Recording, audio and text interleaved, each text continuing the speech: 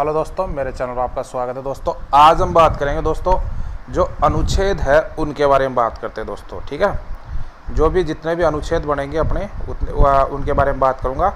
1 से लेकर 395 तक अनुच्छेद बताएंगे दोस्तों। वीडियो थोड़ा लंबा हो जाएगा और पूरा देखना है वीडियो, क्योंकि पूरे अनुच्छेद क्लियर हो जाएंगे इसके अंदर। इसके बाहर से कोई अनुच्छेद पूछा नहीं जाता है। ठीक है दोस्तों, तो बिना देर किए हुए अपन वीडियो स्टार्ट करते हैं दोस्तों।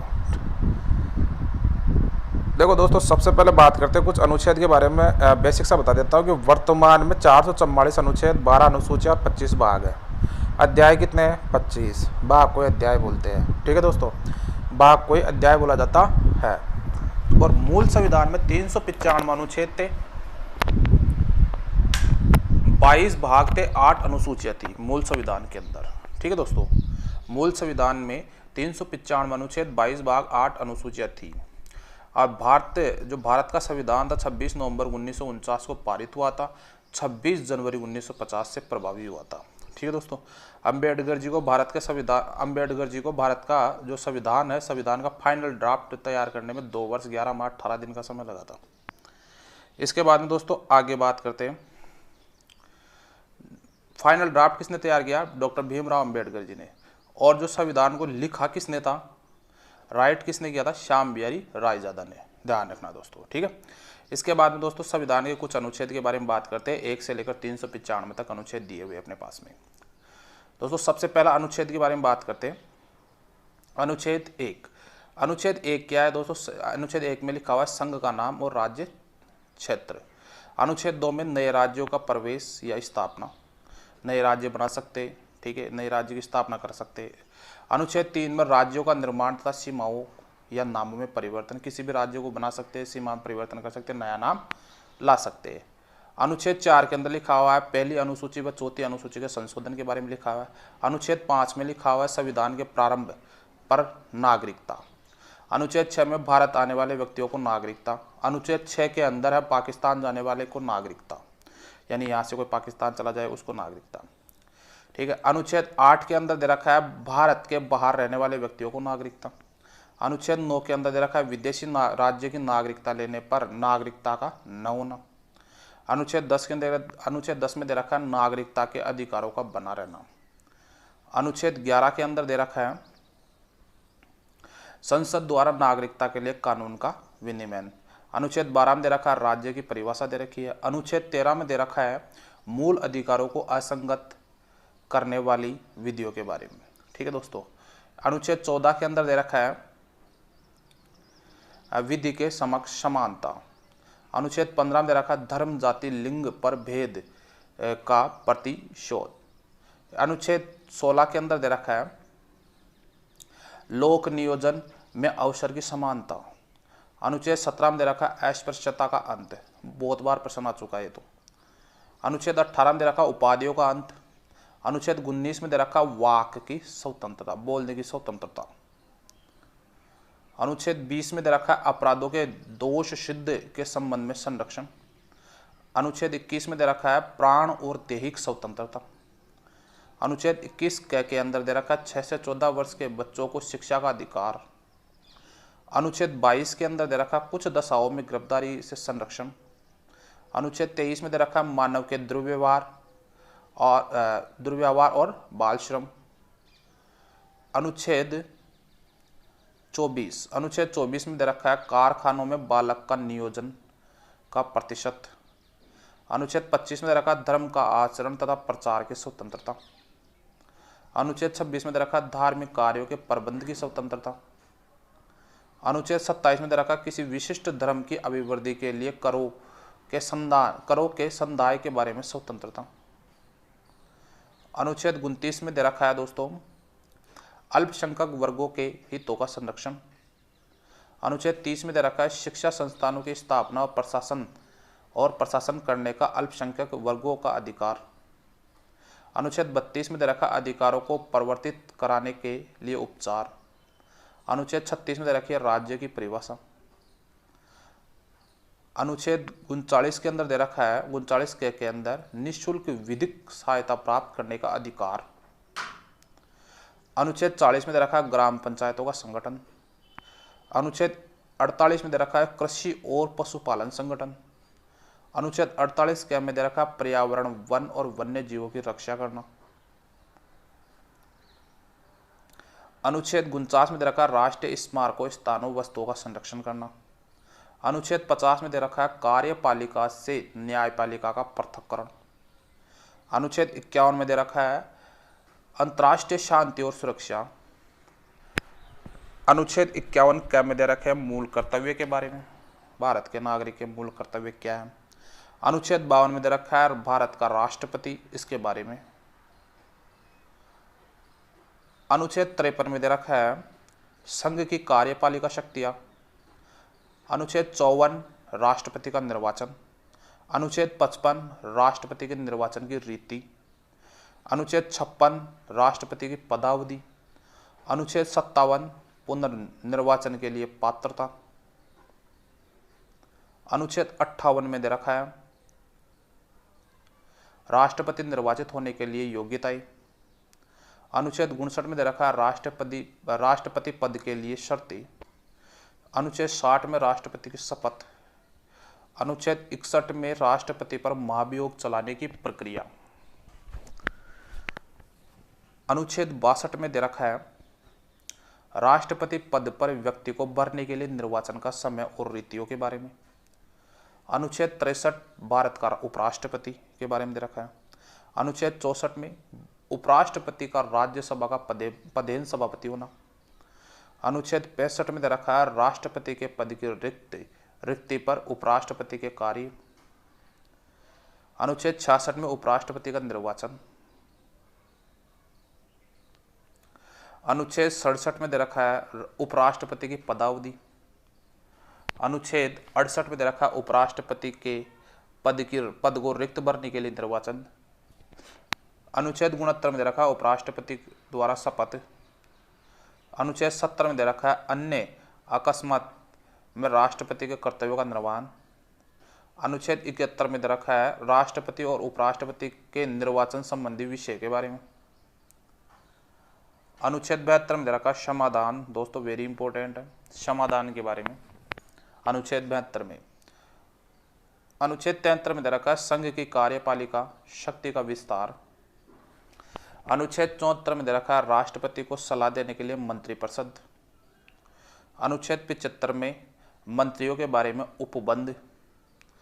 अनुच्छेद 76 में भारत का महान्यायवादी एंटोनी जनरल। अनुच्छेद 76 के अंदर। अनुच्छेद 77 के अंदर दे रखा है भारत सरकार के कार्य का संचालन। अनुच्छेद 77 आर्टिकल 77। अनुच्छेद 78 में दे रखा है राष्ट्रपति को जानकारी देने के प्रधानमंत्री का कर्तव्य। अनुच्छेद 79 में दे रखा है संसद का गठन। अनुच्छेद 80 में दे रखा है राज्यसभा की संरचना। अनुच्छेद 81 में दे रखा है लोकसभा की संरचना। अनुच्छेद 83 में दे रखा है संसद के सदनों की अवधि। अनुच्छेद 84 में दे रखा है संसद के सदस्यों की योग्यताएं। भाई क्या क्या योग्यता है संसद के सदस्यों की। अनुच्छेद 85 में दे रखा है संसद का सत्रावसान और विघटन। अनुच्छेद 87 में दे रखा है राष्ट्रपति का विशेष अभिभाषण। अनुच्छेद 88 में दे रखा है सदनों के बारे में मंत्रियों और महान्यायवादी का अधिकार। अनुच्छेद 88 में दे रखा है राज्यसभा का सभापति और उपसभापति के बारे में दे रखा है। अनुच्छेद 90 के अंदर दे रखा उपसभापति का पद रिक्त होना या पद से हटाया जाना। अनुच्छेद 91 में दे रखा है सभापति के कर्तव्यों का पालन और शक्ति। अनुच्छेद 92 में सभापति और उपसभापति या उपसभापति को पद से हटाने का संकल्प या विचाराधीन होना या उसका पीठासीन न होना। अनुच्छेद 93 में दे रखा है लोकसभा का अध्यक्ष और उपाध्यक्ष के बारे में। अनुच्छेद 94 में दे रखा है अध्यक्ष और उपाध्यक्ष का पद रिक्त होना। अनुच्छेद 95 में दे रखा अध्यक्ष के कर्तव्य और शक्तियां। अनुच्छेद 96 में दे रखा अध्यक्ष तथा उपाध्यक्ष को पद से हटाने का संकल्प हो तब उसका पीठासीन न होना। अनुच्छेद 97 में दे रखा है सभापति, उपसभापति, अध्यक्ष तथा उपाध्यक्ष के वेतन और भत्ते। अनुच्छेद 97 ये भी प्रश्न आया हुआ है दोस्तों। इसके बाद में अनुच्छेद 98 में दे रखा है संसद का सचिवालय। अनुच्छेद 99 में दे रखा है सदस्य द्वारा शपथ। अनुच्छेद 100 के अंदर दे रखा है संसाधनों में मतदान रिक्तियों के होते हुए भी सदनों के कार्य करने की शक्ति तथा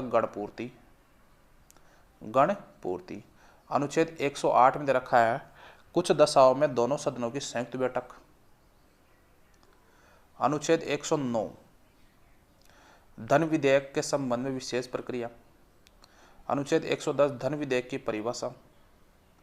अनुच्छेद 111 में विधेयकों पर अनुमति।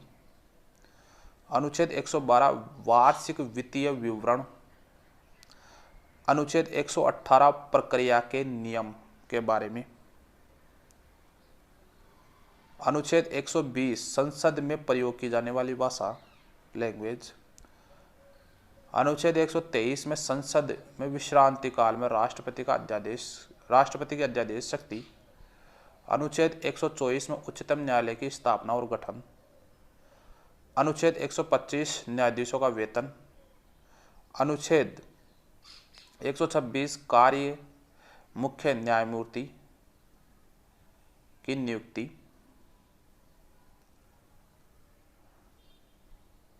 अनुच्छेद 127 में तदर्थ न्यायमूर्तियों की नियुक्ति के बारे में रखा है। अनुच्छेद 128 में सेवानिवृत्त न्यायाधीशों की उपस्थिति। अनुच्छेद 129 में दे रखा उच्चतम न्यायालय का अभिलेख न्यायालय होना। अनुच्छेद 130 उच्चतम न्यायालय का स्थान। अनुच्छेद 131 उच्चतम न्यायालय की आरंभिक आधिकारिकता।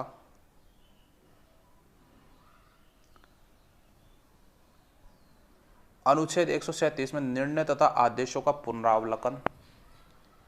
अनुच्छेद 143 उच्चतम न्यायालय से परामर्श करने की राष्ट्रपति की शक्ति। अनुच्छेद 144 में दे रखा है सिविल तथा न्यायिक पदाधिकारियों द्वारा उच्चतम न्यायालय की सहायता।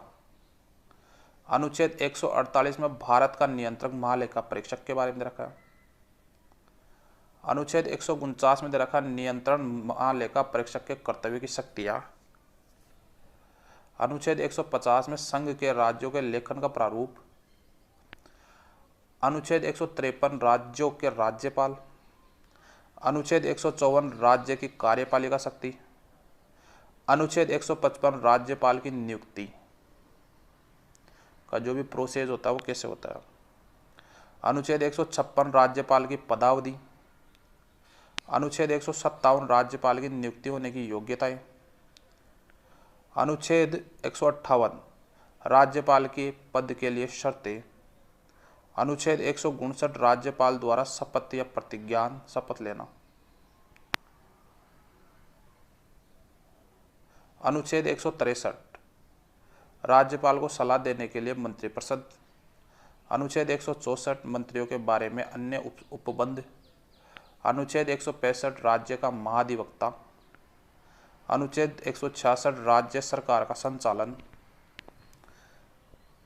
अनुच्छेद 167 राज्यपाल को जानकारी देने के संबंध में मुख्यमंत्री के कर्तव्य।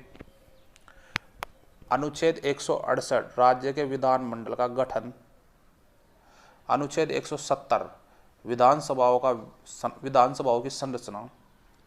अनुच्छेद 171 विधान परिषद की संरचना।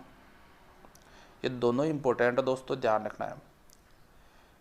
अनुच्छेद 172 राज्यों के विधानमंडलों की अवधि। अनुच्छेद 176 राज्यपाल का विशेष अभिभाषण।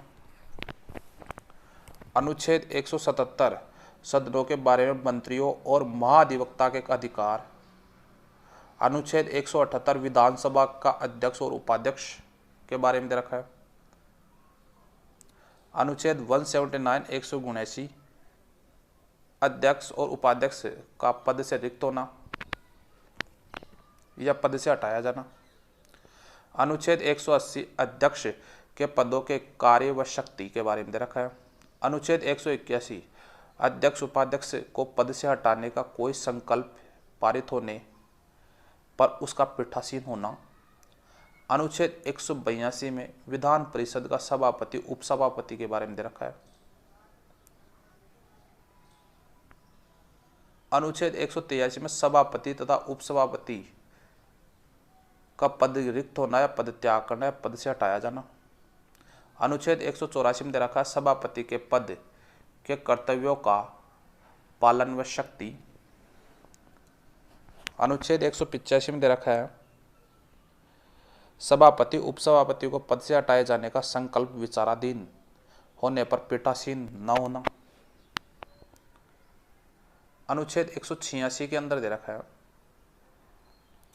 अध्यक्ष उपाध्यक्ष सभापति उपसभापति के वेतन और भत्ते के बारे में दे रखे हैं। अनुच्छेद 187 में दे रखा है राज्य के विधानमंडल का सचिवालय सविचाल मतलब किस प्रकार से चलेगा राज्य के विधानमंडल। अनुच्छेद 188 के अंदर दे रखा है सदस्यों के द्वारा शपथ। अनुच्छेद 189 के अंदर दे रखा है सदनों में मतदान की रिक्तियां होते हुए भी साधनों का कार्य करने की शक्ति और गणपूर्ति। अनुच्छेद 199 दे रखा धन विदेश की परिभाषा। धन विदेश की परिभाषा के बारे में दे रखा 199 में। अनुच्छेद 200 के अंदर दे रखा है विधायकों पर अनुमति। अनुच्छेद 202 के अंदर दे रखा है वार्षिक वित्तीय विवरण। अनुच्छेद 213 में दे रखा है विधानमंडल में अध्यादेश सत्यापित करने के राज्यपाल की शक्तियां। अनुच्छेद 214 में दे रखा है राज्यों के लिए उच्चतम न्यायालय। अनुच्छेद 215 में दे रखा है उच्च न्यायालयों का अभिलेख न्यायालय होना। अनुच्छेद 216 में दे रखा उच्च न्यायालय का गठन। अनुच्छेद 217 में दे रखा उच्च न्यायालय न्यायाधीश की नियुक्ति पद्धति शर्तें। अनुच्छेद 221 के अंदर दे रखा न्यायाधीशों के बारे में वेतन के बारे में दे रखा है। अनुच्छेद 222 में एक न्यायालय से दूसरे न्यायालय में न्यायाधीशों का अंतरण। अनुच्छेद 223 में दे रखा है कि कार्यकारी मुख्य न्यायमूर्ति के नियुक्ति के बारे में दे रखा है। अनुच्छेद 224 में दे रखा है अन्य न्यायाधीशों की नियुक्ति के बारे में। अनुच्छेद 226 में दे रखा कुछ रिट निकालने के लिए उच्च न्यायालय की शक्ति। अनुच्छेद 231 में दे रखा है 2 या 2 से अधिक राज्यों के लिए एक ही उच्च न्यायालय की स्थापना। अनुच्छेद 233 में दे रखा है जिला न्यायाधीशों की नियुक्ति। आगे दे रखा है अनुच्छेद 241 संघ राज्य क्षेत्र के लिए उच्च न्यायालय। अनुच्छेद 243 वेरी इंपॉर्टेंट दोस्तों पंचायत नगर पालिकाएं सहकारी समितियों के बारे में दे रखा है। अनुच्छेद 244 में अनुसूचित क्षेत्रों व जनजाति के क्षेत्रों का प्रशासन के बारे में दे रखा है। अनुच्छेद 248 में अवशिष्ट विधायी शक्तियों के बारे में बता रखा है। अनुच्छेद 252 में 2 या 2 से अधिक राज्यों के लिए सहमति से विधि बनाने की संसद की शक्ति दे रखी है, शक्ति के बारे में बता रखा है। अनुच्छेद 252। अनुच्छेद 254 में दे रखा है संसद द्वारा बनाई गई विधियों और राज्यों के विधानमंडल द्वारा बनाए गए विधियों में असंगति। अनुच्छेद 256 में दे रखा है राज्यों की और संघ की बाध्यता। अनुच्छेद 257 में दे रखा कुछ दशाओं में राज्यों पर संघ का नियंत्रण। अनुच्छेद 262 में दे रखा अंतर्राज्यीय नदियों या नदी दोनों के नल संबंधी विवादों का निर्णय। भाई कोई 2 राज्य की नदियां होती है उनके संबंधी जो जल होता है उसके संबंध में कुछ विवाद होता है उनके न्याय करना। अनुच्छेद 263 में दे रखा अंतर्राज्यीय विकास परिषद का गठन। अनुच्छेद 266 में दे रखा संचित निधि इंपॉर्टेंट दोस्तों। अनुच्छेद 267 में दे रखा अकस्मात निधि। अनुच्छेद 269 में दे रखा संघ द्वारा उद्ग्रहित व संग्रहित किंतु राज्यों को सौंपे जाने वाले कर। अनुच्छेद 270 में दे रखा है संघ द्वारा इकट्ठे किए गए संघ और राज्य के बीच वितरित किए जाने वाले कर, इसके बारे में दे रखा है 270 में। अनुच्छेद 280 में दे रखा वित्त आयोग के बारे में इंपॉर्टेंट है। अनुच्छेद 281 में वित्त आयोग की सिफारिशों के बारे में दे रखा है। अनुच्छेद 292 में भारत सरकार द्वारा उधार लेना। अनुच्छेद 293 में दे रखा है राज्य द्वारा उधार लेना। अनुच्छेद 300 क में दे रखा है संपत्ति का अधिकार। इंपोर्टेंट दोस्तों, 300 क के अंदर दे रखा है संपत्ति का अधिकार। अनुच्छेद 301 में दे रखा है व्यापार, वाणिज्य और समागम की स्वतंत्रता। अनुच्छेद 309 राज्य की सेवा करने वाले व्यक्तियों की भर्ती और सेवा की शर्तें, गवर्नमेंट जॉब वगैरह इनकी भर्ती, ठीक है ना, इसके बारे में बता रखा है। अनुच्छेद 310 संघ या राज्यों की सेवा करने वाले व्यक्तियों की पदावधि। अनुच्छेद 313 में दे रखा संक्रमणकालीन उपबंध। अनुच्छेद 315 में दे रखा संघ राज्य के लिए लोक सेवा आयोग, जो आरपीएससी होता है उसका 315 में दे रखा है, ध्यान रखना दोस्तों वीडियो बड़ा हो रहा है, ठीक है दोस्तों। ऐसा नहीं कि लेकिन एक ही वीडियो के अंदर सारे अनुच्छेद आ जाएंगे दोस्तों, आपको बार बार में इधर उधर भटकने की आवश्यकता नहीं पड़ेगी, ठीक है दोस्तों। अनुच्छेद 316 में दे रखा है सदस्यों की नियुक्ति तथा पदावधि के बारे में दे रखा है। अनुच्छेद 317 में दे रखा लोक सेवा आयोग के किसी भी सदस्य को हटाया जाना, निलंबित करना। जो भी आरपीएससी यूपीएससी होते हैं उसके किसी भी सदस्य को हटा सकते हैं। अनुच्छेद 320 में दे रखा लोक सेवा आयोग के कृत्य के बारे में दे रखा है। अनुच्छेद 223 के अंदर दे रखा प्रशासनिक अधिकरण के बारे में दे रखा है। अनुच्छेद 323 ख के अंदर दे रखा अन्य विषयों के लिए अधिकरण, 323 ख के अंदर। अनुच्छेद 324 में दे रखा निर्वाचनों के अधिशण, निर्देशन तथा नियंत्रण का निर्वाचन आयोग में निहित होना। अनुच्छेद 329 में दे रखा निर्वाचन संबंधी मामलों में न्यायालय के हस्तक्षेप का वर्णन। अनुच्छेद 330 लोकसभा में अनुसूचित जाति और अनुसूचित जनजाति के लिए स्थानों का आरक्षण। अनुच्छेद 331 में दे रखा लोकसभा में आंग्ल भारतीय समुदाय का प्रतिनिधित्व, 331 के अंदर। अनुच्छेद 332 में दे रखा राज्य के विधानसभा में अनुसूचित जाति अनुसूचित जनजाति के लिए स्थानों का आरक्षण। अनुच्छेद 333 में दे रखा राज्य की विधानसभा में आंग्ल भारतीय समुदाय का प्रतिनिधित्व, 333 में। अनुच्छेद 343 में संघ की परिभाषा के बारे में दे रखा है। अनुच्छेद 344 में दे रखा राजभाषा के संबंध में आयोग तथा संसद की समिति के बारे में दे रखा है। अनुच्छेद 350 में दे रखा है, 350 के अंदर है, ध्यान रखना, प्राथमिक स्तर पर मातृभाषा में शिक्षा की सुविधाएं। अनुच्छेद 351 में दे रखा हिंदी भाषा के विकास के लिए निर्देश। अनुच्छेद 352 में दे रखा आपातकाल की उद्घोषणा का प्रभाव। अनुच्छेद 356 में दे रखा है राज्य में संवैधानिक तंत्र के विफल हो जाने की दशा में उपबंध। अनुच्छेद 360 में दे रखा वित्तीय आपात के बारे में उपबंध, 360 के अंदर।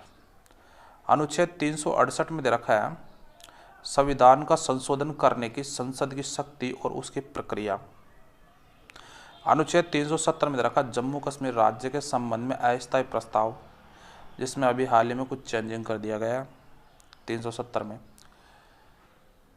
अनुच्छेद 377 भारत के नियंत्रक महालेखा परीक्षक के बारे में उपबंध। अनुच्छेद 378 में लोक सेवा आयोग के बारे में बता रखा है। अनुच्छेद 393 और 95 में रखा संविधान का संक्षिप्त नाम प्रारंभ और रद्द किए जाने से संबंधित है। ठीक है दोस्तों, धन्यवाद दोस्तों मेरे चैनल को लाइक शेयर सब्सक्राइब करें। और आपको ये सारे अनुच्छेद मैंने एक ही वीडियो के अंदर बताने की कोशिश की है। हालांकि थोड़ा जल्दी बताया है मैंने, फास्टली बताया, क्योंकि ज़्यादा वीडियो बड़ा हो जाता है तो फिर दिक्कत होती है कि वीडियो को अपलोड करने में बहुत दिक्कतें आती है। ठीक है दोस्तों, थोड़ा सा भी अच्छा लगा कमेंट करके बताना। धन्यवाद। जय हिंद, जय भारत, जय संविधान।